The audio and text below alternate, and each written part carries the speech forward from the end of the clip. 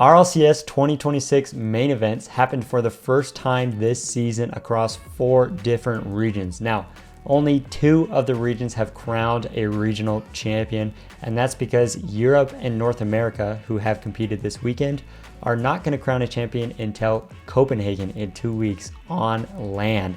And then those 2 regions are going to compete against each other for a major spot and other stuff as well. But we'll get to them. We'll recap their insane regionals. Let's talk about SAM and APAC first, who have crowned a regional champion. And you'll see here on the screen, we have South America and Furia are your winners. And I'd say they're expected winners, although their road here was definitely more difficult than we were expecting. They pretty easily won in the grand finals, but in the semifinals here, if I'm gonna go back and watch a match, which I'm gonna, because I didn't see this one, I'm gonna watch this series. Because game 7 overtime, I want to know if Furia wasn't playing as well or if Amethyst was just playing super good. And then other upset in the semifinals, as we saw, MIBR was in the grand finals. MIBR did sweep Team Secret, which was not expected at all. MIBR are definitely like a clear number 3, although Amethyst is definitely starting to get close as well.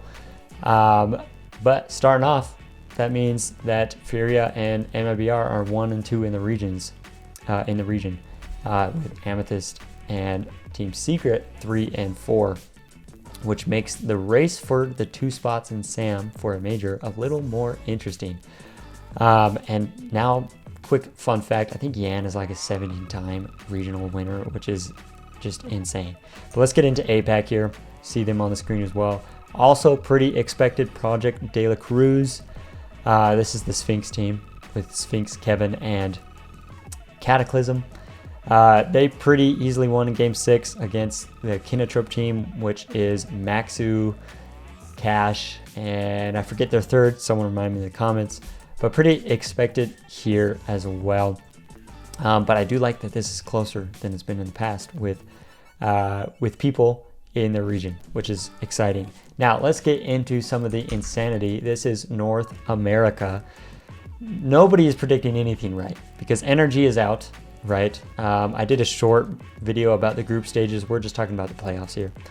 But NRG is out. They lost to this redacted team that is now top 4, and then lost to Gen G that is now top 6. So absolutely insane. But let's get into some of these matches here.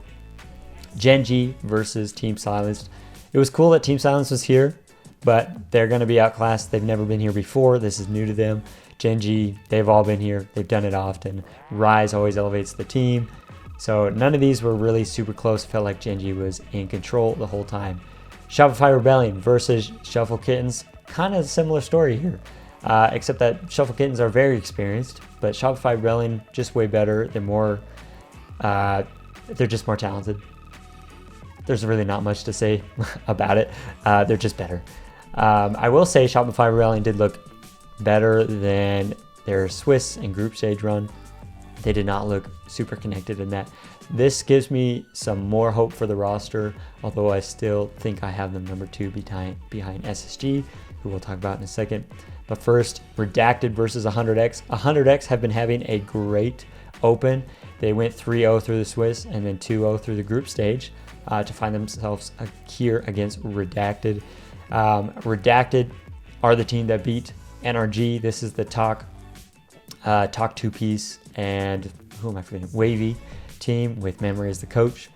Honestly, scale difference here.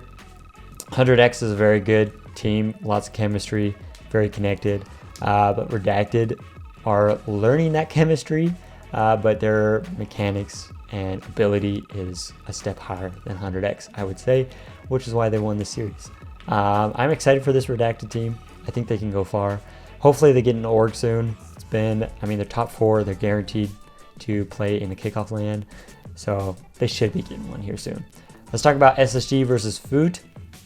Again, Foot, they were playing well in the group stage, not so well in the Swiss, but they did beat Gen G in the group stage, and then I forget who else they beat to qualify. But Foot were looking good, but Space Station looking even better. They went 3-0 through Swiss and 2-0, beating Shopify on the way in the group stage. SSG still continuing to look like the number 1 team. I said it weeks ago, guys, that SSG that would be #2 team in North America. Now, I guess right now they're technically #1 because NRG just absolutely fell off the face of the earth for the Open 1. Open 2, NRG could claim that spot back, but I think SSG right now, in my mind, have that spot. But there's still a lot of the regional to go, so that could easily change. Let's talk about Europe, where I got a lot of comments saying I didn't know what I was talking about with predictions, on my predictions video, I mean. And guess what, guys? I have predicted every single series correctly except for one. And you want to know what series that was? It was in the group stage, Sonics versus Pinelo Driven. Like, come on. I predicted Sonics to win here, and they didn't. This is two random teams. So I predicted every single series except for that one. So guys, if you ever don't think I know what I'm talking about, just go back to this. I figured it out. And this is a joke, by the way. I think I just got lucky because my North American predictions way off, although I'm not the only one. Let's talk about these teams, though, these matchups. Novo versus Gentle Pinch. Novo looking great. This is 2/3 of the team that made it to the finals of the LCQ, adding a Chronic. And Chronic looks good. He looks like he's back. He's playing well. Fun fact, all of the past Team Liquid team is now going to land on separate teams, which is really, really cool. This Gentle Bench team, they haven't figured it out. It kind of feels like 3 random players decided to team because they had no one else to team with, and they don't have a game plan, which is unfortunate because they're all 3 really good, really talented players, but I don't think they fit well together. Maybe that'll change as the season goes on. I hope it does because I like all 3 of those players. But for now, Novo looking really, really good.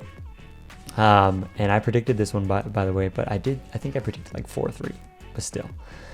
Now, let's get into Magnifico versus Gentlemates. This one was close. This one had me scared that I was going to end my prediction streak because Gentlemates really were not playing up to the level we know they can. Now, Magnifico, I'll admit, someone in the comments on my prediction video said I underrate them.